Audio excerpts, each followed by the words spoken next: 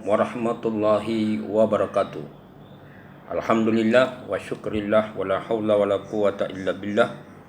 Asyhadu an la ilaha illallah wahdahu la syarikalah wa asyhadu anna Muhammadan abduhu wa rasuluh, amma ba'du. Pemirsa yang dirahmati oleh Allah Subhanahu wa taala, puji syukur pada Allah kita masih diberikan kehidupan hingga saat ini. Kita masih diberikan kekuatan dalam menjalani kehidupan kita di muka bumi ini sebagai ujian dan cobaan dari Allah Subhanahu wa taala untuk menguji siapa yang paling terbaik amalannya.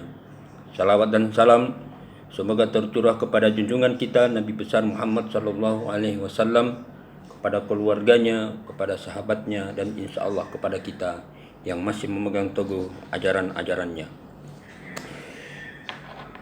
Kaum muslimin rahimakumullah, akhir-akhir ini kita dilanda oleh sebuah bencana yang melanda hampir di seluruh pelosok dunia ini, yaitu musibah berupa virus yang dikenal dengan virus corona yang menyebar dari suatu wilayah dan semakin meluas ke wilayah yang lain, dari suatu negara ke negara yang lain, dan juga virus ini sudah masuk di negeri kita yang kita cintai ini.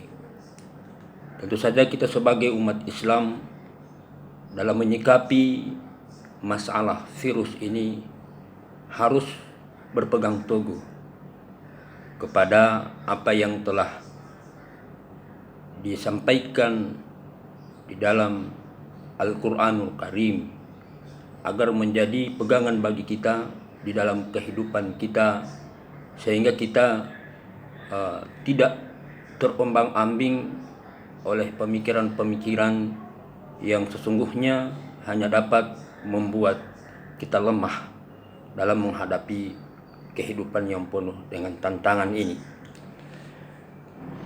Kaum muslimin rahimakumullah, ketika kita mendengar diskusi-diskusi yang mengungkapkan kejadian-kejadian yang terjadi saat ini, sebagian daripada umat Islam mengatakan bahwa untuk apa kita takut dengan virus sedangkan kita tidak takut kepada Allah? Bukankah Allah yang patut kita takuti, bukan virus? Kemudian dengan pernyataan seperti itu, mereka tidak berhati-hati di dalam menjaga dirinya terhindar dari virus. Nah, apakah dalam syariat itu seperti itu? Inilah kajian yang insya Allah saya akan kupas sesuai dengan ayat-ayat suci Al-Quran. Dalam surat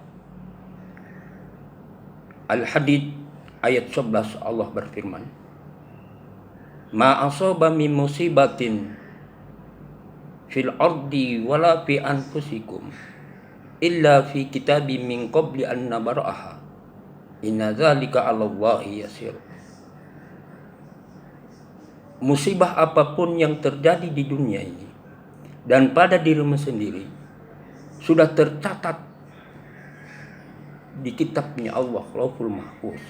Yang demikian itu mudah bagi Allah Subhanahu wa taala.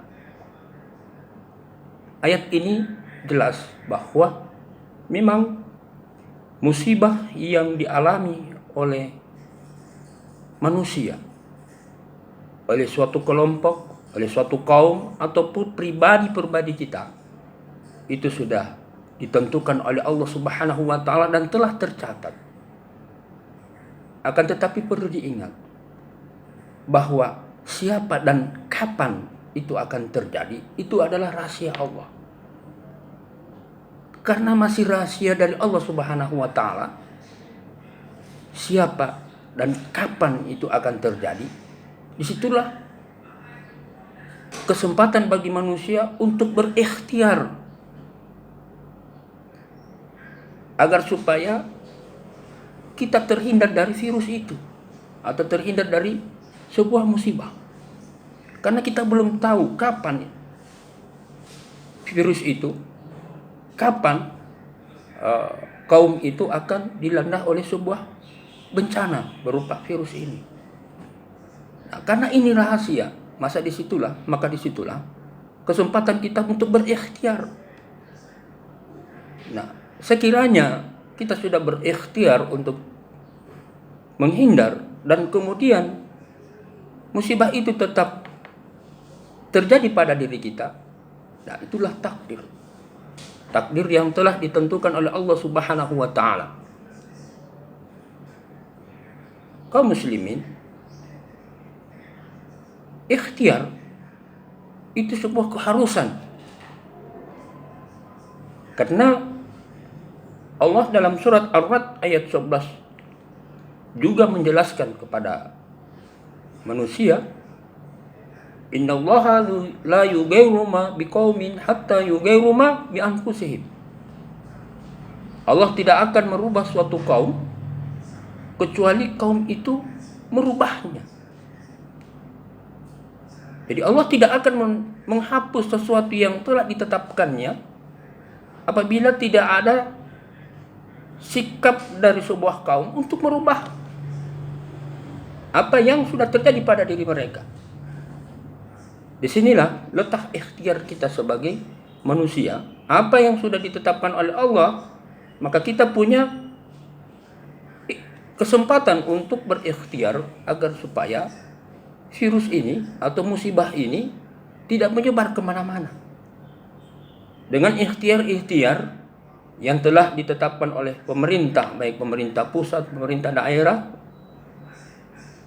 yang merupakan manifestasi ketundukan kita kepada pemimpin sebagaimana yang ditujukan di dalam Al-Qur'an, atiiullah wa atiiur rasul wa ulil amri minkum.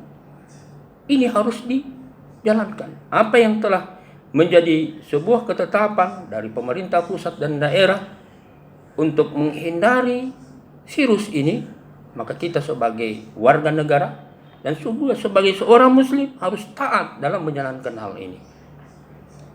Dan sekiranya ikhtiar-ikhtiar ini kita sudah lakukan, kemudian kita terkena dengan virus itu, maka kita sudah menjalankan apa yang telah diperintahkan oleh Allah Subhanahu wa taala.